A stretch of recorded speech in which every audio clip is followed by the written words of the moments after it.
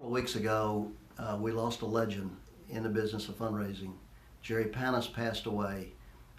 Many of you have read his books and attended his seminars, and so you know, as I do, that he was probably the best. I like to use I call his IPAT, IPAT, when you're trying to follow up with prospective donors after you've made a solicitation, or doing a solicitation and a prospect will tell you that they can't really make a gift or make a pledge at this time. And basically the IPAT it stands for institution, the project itself, the amount, and the time. And so, you know, when you look at that, it's really a great thing to use.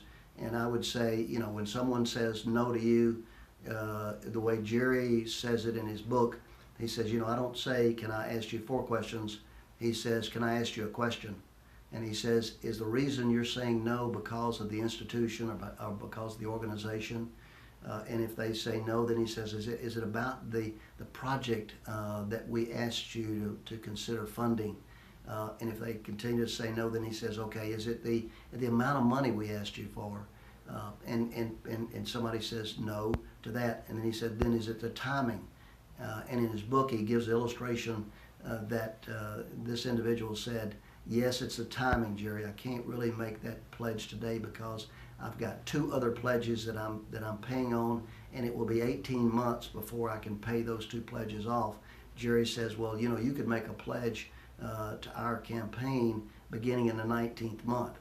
And the client, prospective client says, really? He said, well, if that's the case, then I can do that.